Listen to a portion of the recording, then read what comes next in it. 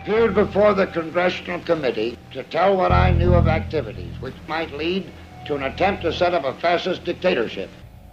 The potential for the disastrous rise of misplaced power exists and will persist.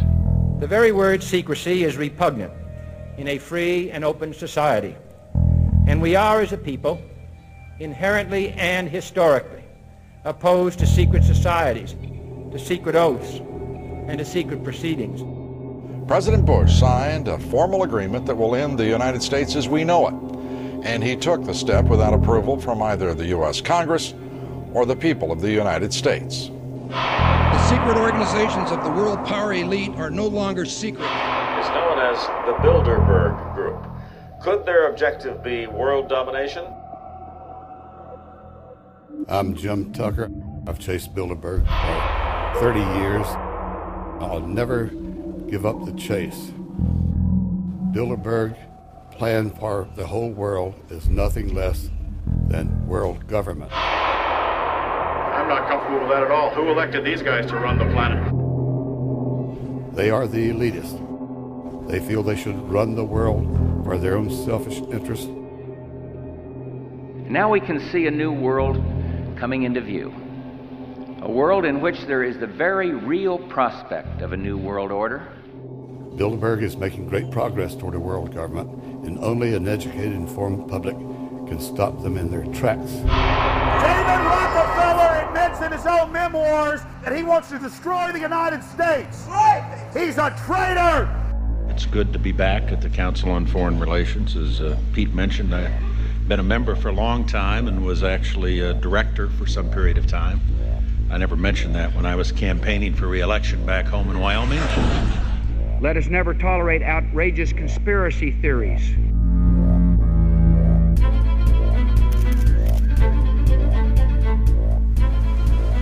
I need you to move off the property, please. Some shots were fired.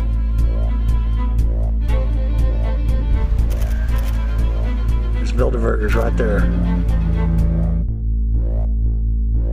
The Trans-Texas Corridor is a vital part because we stop here in Texas. We stop the New World Order right here in Texas. This thing started here. And to save this country, we kill this damn thing here.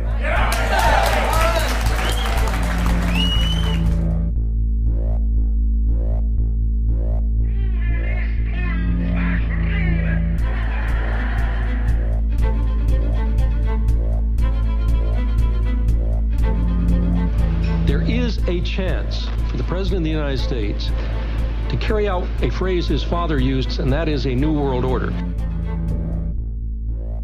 Your New World Order will fall. Humanity will defeat you. The answer to 1984 is 1776.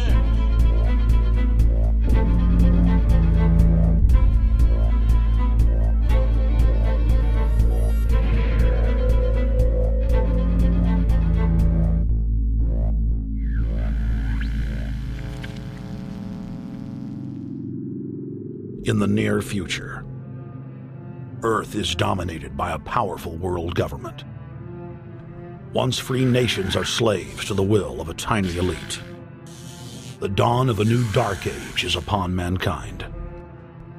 Countries are a thing of the past.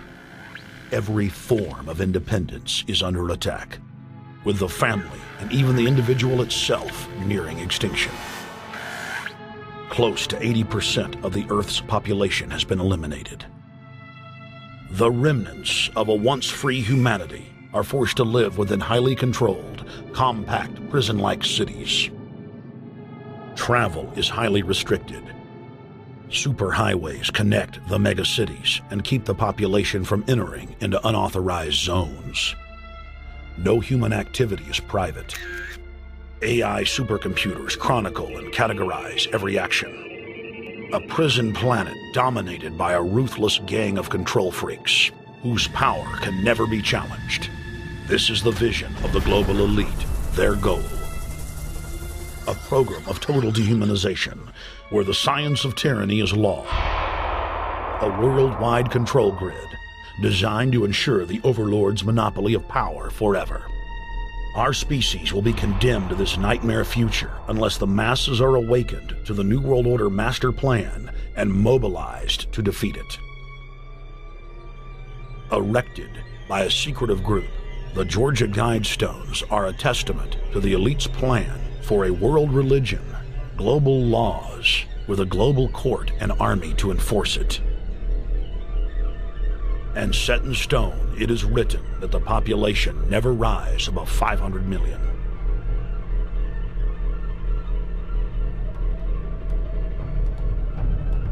In this film, you will learn how our world is truly governed. You will see how highly secretive roundtable groups interlock to form a global intelligence network.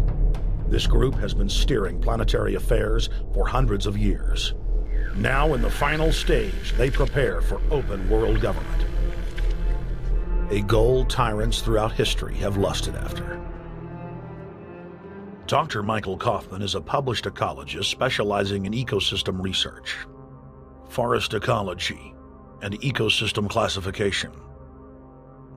Dr. Kaufman played a key role in blocking the ratification of the Convention on Biological Diversity in the U.S. Senate. The concept of a New World Order has been around for centuries. It's been receiving tremendous play over the last half of the 20th century. George Bush, the first senior president, George Bush, used it a lot in his speeches and really implies that he really wants to see a order in which we have a universal or a global type of governance in which every human being on planet Earth is ultimately responsible to policies that are being formulated at the international level. It is a big idea, a new world order.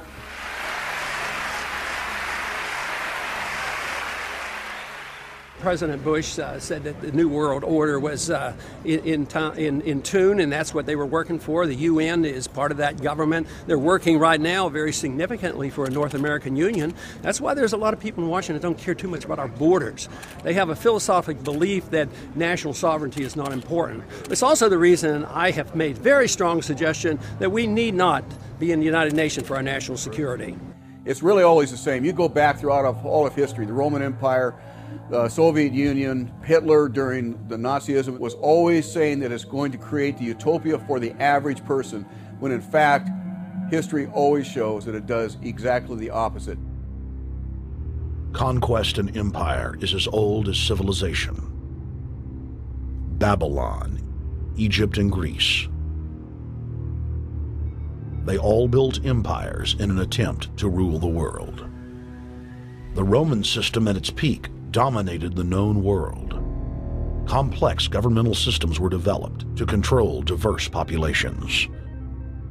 During the period between the 15th and 19th century, new empires emerged and again waged war for supremacy. The nobility, as well as the thriving merchant class, were financed by a handful of private banks. Many of the great money houses would hedge their bets and finance both sides of a war. Sophisticated intelligence-gathering networks gave the financiers a clear edge over the governments they were slowly gaining control of.